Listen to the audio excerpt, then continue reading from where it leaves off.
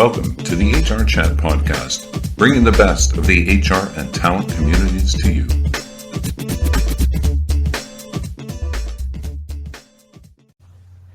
Welcome to another episode of the HRchat podcast, brought to you by the HR Gazette. I'm your host, Bill Banham, and today we are joined by Chris Bailey. Chris is Director of People and Organisation at PwC. He's the President of the Cayman Islands Society for Human Resource Professionals, an organiser of the first DisruptHR Cayman event, and a whole lot more. Chris, welcome to the HRchat podcast. Oh, you made me sound important. I like it. Thank you for having me. Appreciate it. It's great that you could join us. Now, at the beginning of these shows, we like to start by learning a bit more about who you are and what your background is. So to begin with, tell us about your recent career up to joining PwC. So I've pretty much spent the last 15 years in and around talent acquisition, HR consulting, and recruitment in three, nearly four different countries. So started out in the UK, worked in London, managed to join a couple of very successful talent acquisition consultancies. We floated one in 2007, and at that point I decided that looking at something away from our fair shores in the UK was going to be more fun and less rain and wind, and so therefore I found a job in Bermuda, and that's really where I think my I suppose knowledge of HR consulting started to blossom, because I was thrown in at the deep end, having to learn a market I knew very little about, which was the reinsurance market in Bermuda, and help devise HR strategies for a lot of reinsurance startup companies, and provide resources for those companies to manage that through. So I had 4 wonderful years in Bermuda doing just that. For some reason, we decided that going back to London was a really good idea, and that we'd forgotten all about the long commutes and the rain and the miserable weather, and paying tax. That was something we'd forgotten all about. So we arrived back in London, and actually joined a great company there, and it was all good. But we realised that the being an expat and working in the offshore territories was something that was going to stay with us for some time to come. And I think it was actually my wife's 39th birthday, and she turned around to me in a pub in Stratford-upon-Avon and just sort of said, "Why aren't we in the Cayman Islands?" And I realised at that point that we were heading for another move overseas, and fortunately enough, we were offered a position out here in Grand Cayman to work with another consultancy that did a bit of everything initially, and that was CML. And CML, a great recruitment company, also doing HR consulting, payroll, all sort of things associated with human capital, and they were a lot sort of more boutique in enterprise and opportunity. So I was brought in to run that business, and did so for the last 5 years. Gave me a great insight into the offshore market and financial services, and obviously the Cayman Islands. So now when I tell people I sort of live and work in the Cayman Islands, I lose a lot of friends very quickly, as it's a very, very nice place to be. So as part of that journey over the last 5 years, one of the things I believe in intrinsically is you get out what you put in. When you join a small island or small company, or any company for that matter, you're going to get out of it what you put into it. So I threw myself into getting to know the HR community in the region, what it had to offer, and could I lend my expertise to helping grow it, support it, in whatever way, shape or form that may take. So that led me to joining the HR Society in the Cayman Islands, and I think 12 months after joining it, I put myself forward for to be nominated for the board, was successfully appointed to the board of the society, and then I think that was I don't know if it was a smart move by me, but the first ask they had of me was to put on a large Caribbean-specific HR conference. So, fortunately, that led me to getting to know the likes of your good self and several other speakers in the US that I brought down for the conference, simply because I wanted people and the HR professionals in the Cayman Islands to have access to international speakers, thought leaders in the area of HR, which until kind of in the last few years, I think Cayman had really been overlooked because we weren't putting anything on that was attracting them down here to come and tell us what is the latest and greatest news in HR. And instead we were all leaving the island, going to the SHRM conference or other events in and around the US, and trying to bring that knowledge back here. And what I want to do is bring the knowledge to Cayman.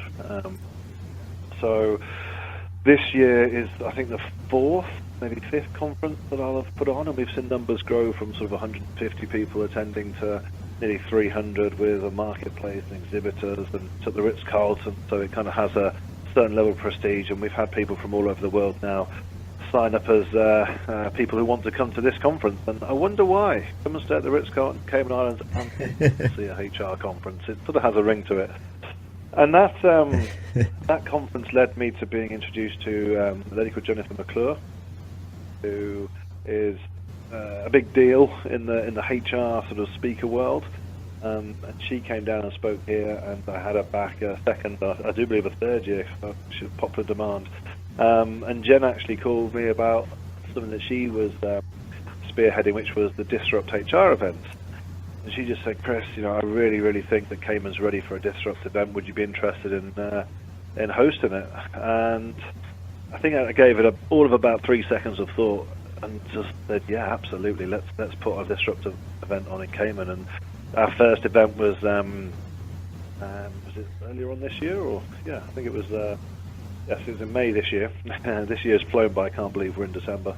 And we had, 6 or 7 international speakers propped with, I think, 6 or 7 local speakers here. And what was beautiful about it was everybody gave it their all, and you couldn't really tell the professional international speakers apart from our local speakers. They all had great stories. They all had good messages. It was a really fun evening. Plenty of wine and song, and it's being hotly contested to be a speaker at it for the 2017 event, so which will be announced shortly, maybe on one of your next shows. Okay, there you go, listeners. Look forward to that. I can attest to how amazing it was. I was lucky to be there covering it on behalf of the HR Gazette. We're gonna cycle Bill really back. Bill really struggled in terms of not wanting to come. I mean, it was a real tough ask to say, did you want to come to Cayman and cover this event? And I know that you were. It was with a heavy heart you said you'd come. So I'm glad you had a good time, Bill. Yeah, it was a testing time for me. Big decision. Should I leave Toronto for a couple of days to go to essentially paradise? It's such a pull, but fortunately I managed to make it there. So we're going to circle back on DisruptHR Cayman in a bit, but before that, let's talk a bit more about your role as Director of People and Organisation at PwC. So you've been there now for a little while, a few months. Now that you've had a bit of time to settle in, what does your average week look like? Tell us about your role. And okay, so it's 7 months into what is a fascinating service line for PwC. Globally, PwC have this service line called People and Organisation. Historically, it was probably called Human Capital Consulting, but basically it's part of their advisory service line, where we help PwC clients really get the best out of their people. I mean, we all know, as we're in HR, that the human capital element of any business is probably the most important. So how do we maximize it? How do we make sure we're utilizing it correctly? What do good metrics or data look like, and how can you use that within your organization? And so many companies really want an external pair of eyes helping them with the HR strategy. They may not know why they've got high turnover, so sometimes it's just easy and credible to just ask somebody who knows what they're doing to help them identify risks, pitfalls, strengths, positivities, anything that can help them make the most of it. So globally we have this service line, but it's never ever been available in the Cayman Islands, or really the region as a whole. We do it as project consulting that has been done over the years in response to RFPs, but we've never established a core team in the region that's solely dedicated to helping all of the Caribbean countries with their people and organisation. So, yeah, my goal is to identify the qualifications that we had in the region. We've got some brilliant sector experts in Bermuda, Barbados, Bahamas, Jamaica, and we're bringing them together to provide the Caribbean offering of people and organisation.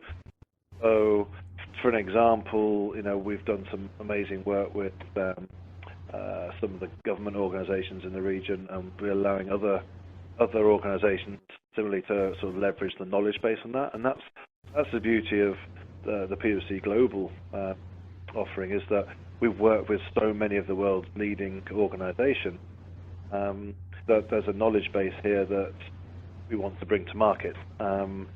So that's why the need for the team. And I think it doesn't matter where you are in the world these days. If you're a company that is growing, if you're a company that really does believe in core values and its people, then you need to really understand what's driving your people, what's engaging them, and what policies you can put in place to make sure that you get the best out of your human capital workforce. So being able to provide thought leadership in the region, coming from the region, offering sort of best practice advice that's of a global standard is something that hasn't been done before, and I'm really excited to kind of be leading the charge in our little slice of the world that's going to make a huge impact on companies here. Wonderful, thank you very much. Tell me, what are the top tools, online tools, that a director of people and organisation uses during their average working week? So there's a number of different. There's so many different tools out there that it is a minefield of what's right to use, what's wrong to use. And honestly, the first thing I say to people that are thinking of doing something is only use a tool that's going to be effective for what the outcome's going to be, because so many different tools do so many of the same things. And one of the things that companies forget is, okay, but what is the rationale for using a particular tool? And some of the most successful stuff I've seen being done and implemented recently is using really good benchmarking data. So being able to say to yourself, okay, how are we benchmarking ourselves against our competition, similar size organizations, and so on and so forth. And what I mean by that is actually looking at what metrics you're going to benchmark against, and then using a relevant tool that gives you very good specific benchmarking data. Now, PwC has one, it's called Saratoga, and there are a number, thousands of companies globally in various different sectors are already providing data and have been providing data for nearly 20 years into the Saratoga benchmarking tool.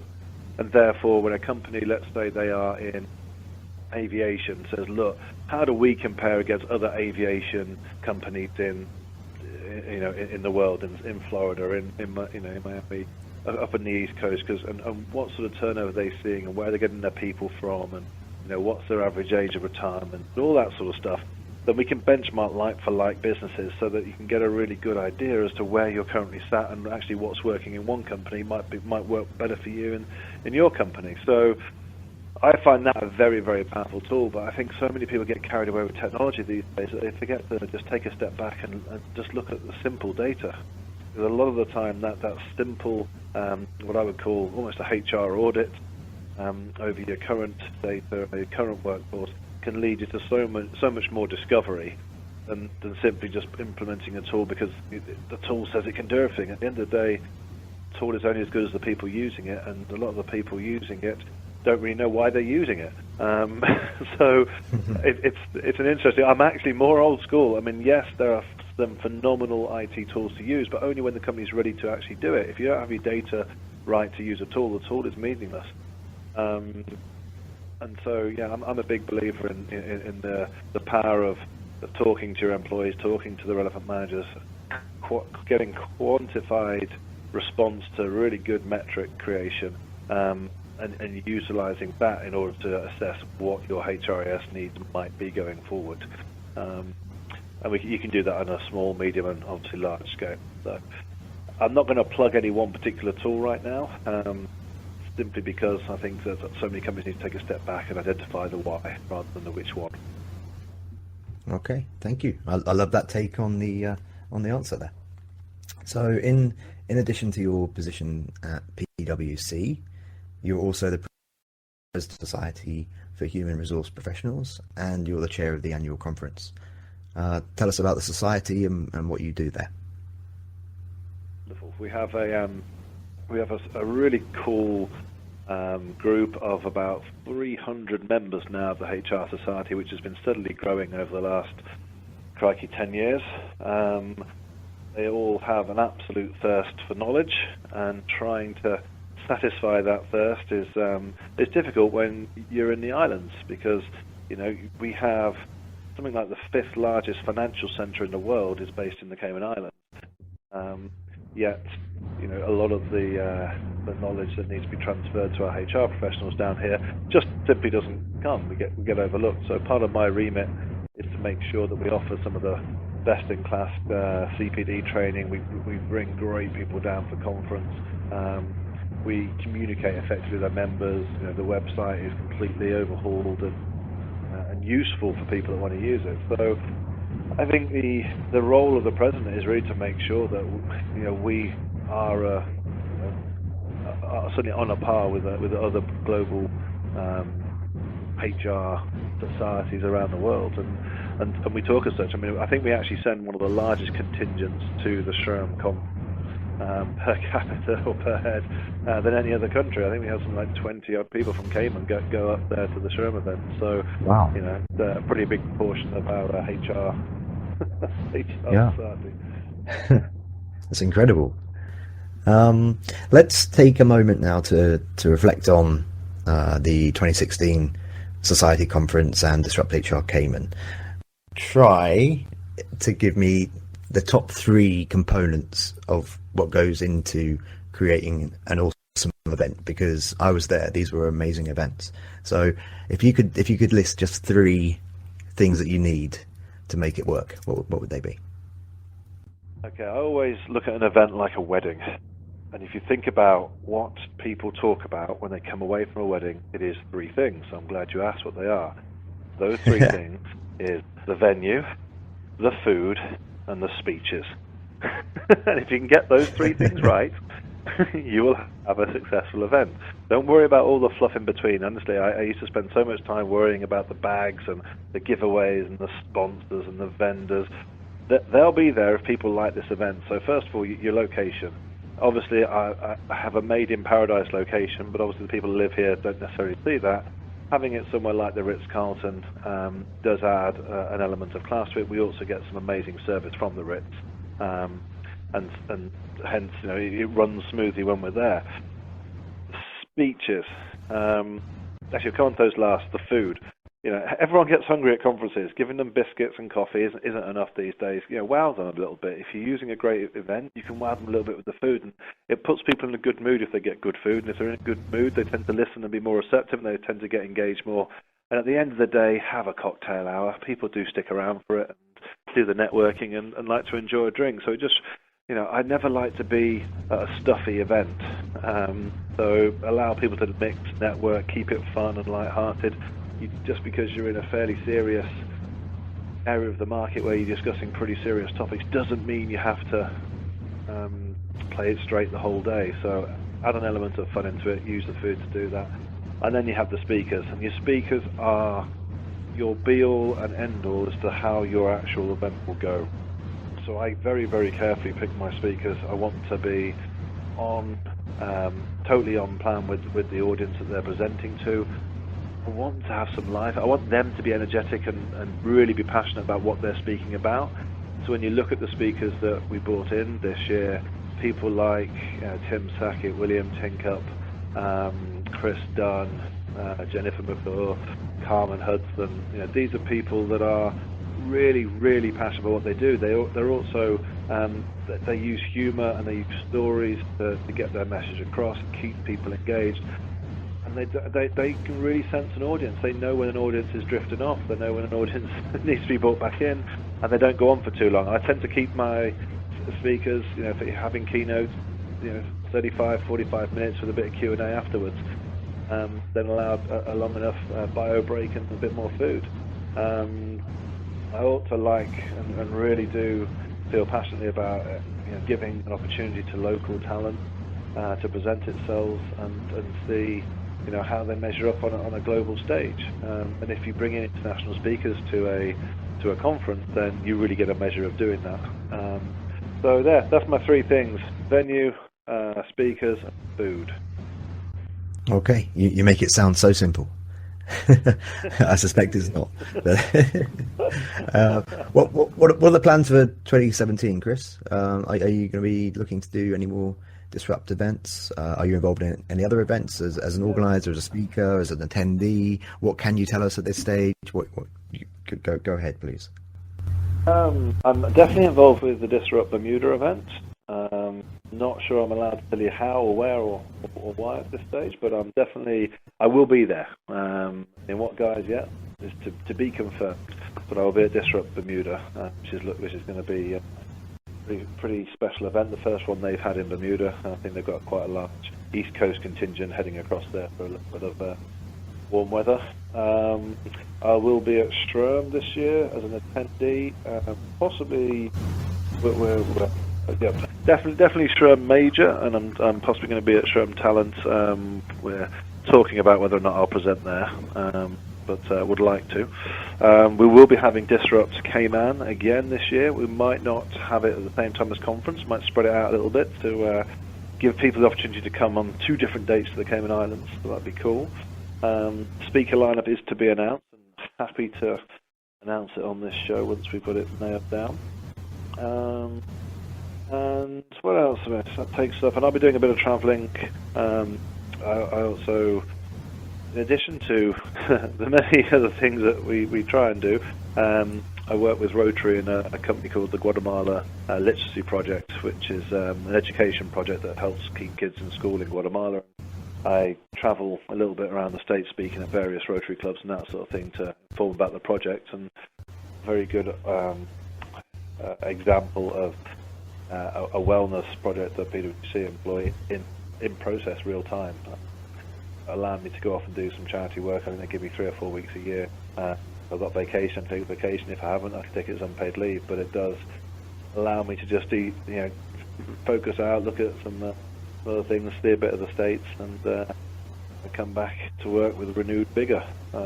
So I do. One of the things that I am speaking about this year is the wellness projects and engagement initiatives that don't necessarily have to cost your company fortunes, and that there's so many good ones out there that little things really do make big differences in companies. So you spoke a moment ago about vigor, and you're such a busy guy. You get up to so many different things. You haven't even spoken about the fact that you're a triathlete as well. If you could share in a couple of sentences, maybe a mantra that you have, that something that you take in your day-to-day life that you draw strength from, that helps you be this guy. You do make it sound like something that other people don't do. I think when I look at working mums, one of the presentations I did was how certain talent is overlooked, and there's a huge missed opportunity out there at the moment with vacancies going unfilled, and young recruiters and talent acquisition specialists overlooking the immature workforce and the returning parents. So I know I'm going off on a tangent here, but it's one of the things I'm quite passionate about. There's some really key demographics in the workforce that need looking at, and so when you say I do all these things, I look at what a working mum or dad does in terms of getting the kids up, getting to school, getting to work, taking to after school, picking them up, and so I get to do the things that I want to do. So none of this is a chore for me. I really enjoy doing the conferences. I really enjoy Disrupt. I enjoy doing the charity work. And the one thing that all of these things have in common is good food. Every single one of these things, they tend to feed you. So in terms of trying to keep my waistline down, I need a few goals throughout the year to do so. So that being said, I did 3 Ironman events 2016, and I've just signed up for the full Ironman Florida in November 2017, with a couple of marathons in between, just to for good measure. So, my own personal mantra is, if you think you're done, you're really only 40% done, and that comes from a Navy SEAL in the US who wrote a book called The 40% Rule. And it really is, from an endurance point of view, when you actually think you can't do things anymore, you really are only 40% done, because your brain will give up 1,000 times before your body actually will. And I think that's, that's my endurance mantra. From a day-to-day perspective, you just got to enjoy what it is you do. And I don't mean that, I know Mike Rowe says, it was one of the worst pieces of advice he got was do something that makes you happy. But if what you do well enough that it makes other people happy, that tends to make you happy as well. So I just try and do the things that I enjoy, build my career around that, because I know that then I can continue to be passionate. So that's kind of what it is I do. Amazing. Thank you very much. So that takes us towards the end of this particular podcast episode. Just before we wrap it up, how can our listeners learn more about you, Chris? Okay, there's a couple of... I'm on Twitter. I do tweet, so you can find me at Cayman HR Guy. I think it is Cayman HR Guy. I'm on Twitter. I have a blog called Anything Over Ice, because really and truly anything does go over ice, except bleach. If they feel free to reach out through Twitter, through LinkedIn, and that sort of thing. I'm always happy to take messages. So listeners, that takes us to the end of this particular HR Chat podcast, brought to you by the HR Gazette. I've been your host, Bill Banham, and until next time, thanks for listening.